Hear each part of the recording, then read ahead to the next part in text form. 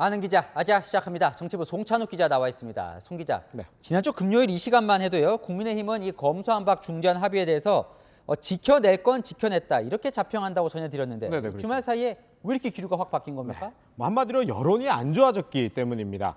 이게 지난주 금요일 여야가 중재안을 합의했을 때 검찰 직접 수사 범위에서 공직자와 선거 수사를 빼면서 여야의 이해관계가 맞아떨어진 점이 있다 이렇게 전해드렸었죠. 국민의힘은 이 부분에 대한 여론이 특히 안 좋다는 이유로 재논의를 꺼내들었습니다. 한 국민의힘 의원은 만나는 사람마다 이걸 왜 합의했냐고 한 소리를 하더라 이렇게 전했는데요. 실제 여론조사를 보면요. 여야가 중재안을 수용한 것에 대해 42.5%가 잘못했다고 했고 잘했다는 평가는 34%였습니다. 이걸 국민의힘 지지자로 압축을 하면 과반인 52.3%가 부정적이라고 평가했습니다. 그래서일까요? 지금 윤석열 당선인, 네. 이준석 대표, 안철수 인수위원장까지 모두 이 사실상 파기를 요구하고 있는 거죠? 네, 그 좀 시작점을 보면 한동훈 법무부 장관 후보자 입장문이 있었습니다. 한 후보자 지난 토요일에요. 사회적 합의 없이 급하게 추가 입법이 되면 문제점들이 심각하게 악화될 것이라고 반대 입장을 표명했는데요. 이후 윤석열 당선인과 이준석 국민의힘 대표 그리고 안철수 대통령직 인수위원장이 잇따라 중재안에 대한 부정적인 입장을 밝히기 시작하면서 사실상 합의가 파기되는 상황이 됐습니다. 자, 시청자가 질문 주셨는데 네. 이분은 좀 이제 합의가 성급했다는 생각이 드신다고 하시면서 네. 그럼 권성동 원내대표는 왜 합의를 했냐 이렇게 물어오시네요. 네, 그러면 이 권성동 원내대표가 당내 합의 이 부정적인 의원들을 어떻게 설득을 했는지 그걸 살펴보면 될 것 같은데요. 네. 이 합의를 해주지 않으면 검찰 수사권 완전 박탈이라는 민주당 원안이 그대로 통과되고 그렇게 되면 피해는 국민에게 돌아갈 것이라고 얘기했다고 합니다. 게다가 오늘부터 줄줄이 인사청문회가 열리는데 원만하게 협상을 해야 민주당의 협조를 받을 수 있다는 논리입니다. 그러나 첫 청문회부터 민주당의 협조는커녕 파행을 하게 됐고 검수완박 법안 중재안에 대한 여론도 좋지 않아졌으니 권 원내대표로서는 취임 후 첫 협상부터 난감한 상황에 처한 셈입니다. 어젯밤까지만 해도 권 원내대표는 합의 파기로 보이면 민주당이 가만히 있지 않을 것이기 때문에 합의 정신을 지켜야 한다며 여전히 중재안 고수 입장이었다고 합니다. 결국 오늘 달라진 분위기에 재논의를 공개적으로 민주당이 요청했고요.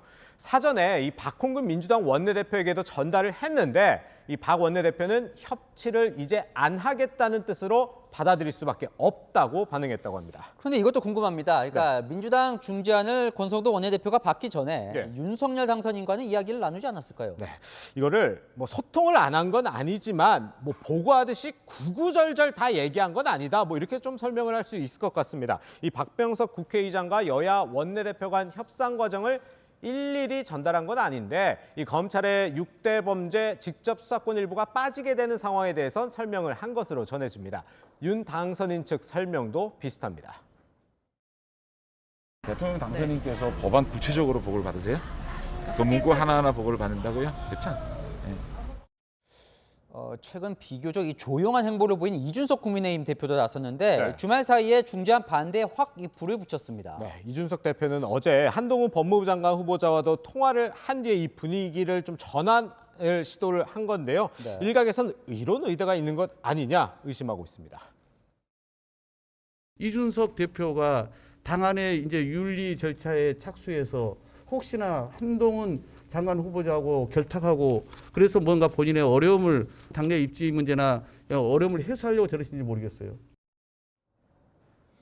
네, 국민의힘 윤리위원회는 이 대표의 성접대 의혹과 관련해 징계 절차를 개시한 상태인데요. 이 대표 측에선 관련 의혹에 대해서는 입장을 낼 게 없고 이번 사안과도 무관하다는 반응을 보이고 있습니다. 그런데 이제 민주당이 이 국민의힘이 중재안을 내도 그 재논의를 하자고 해도 지금 이제 응할 가능성이 크진 않아 보이는데 예. 이 재논의가 의미가 있는 건지 시청자분이 질문을 주셨습니다. 네, 국민의힘은 일단 지연 작전을 펴면서 이 여론전을 재개할 것으로 보입니다. 중재안 수용으로 비판받은 건 이제 비판받은 것이고 네. 앞으로가 더 중요하니 처음으로 돌아가서 검수완박 법안에 반대하는 여론에 기대해보겠다. 이런 분석이 가능할 것 같습니다. 국민의힘 핵심 관계자는 국민이 바라는 방향으로 다시 논의가 돼야 한다며 국민과의 약속을 지키지 않은 건 청문회를 파행시킨 민주당이다 이렇게 비판을 했고요. 결국 권성동 원내대표가 중재안을 잘못 받은 거가 된 만큼 어떤 식으로든 책임은 져야겠죠.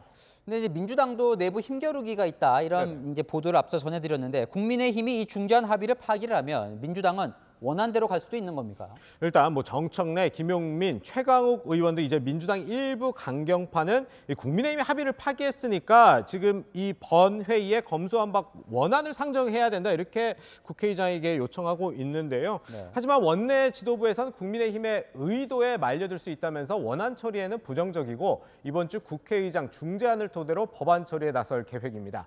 민주당 핵심 관계자는 공격의 빌미를 줄 필요는 없다며 국민의힘에게 책임을 지어야 한다 이렇게 얘기를 했습니다. 네, 송찬욱 기자 잘 들었습니다.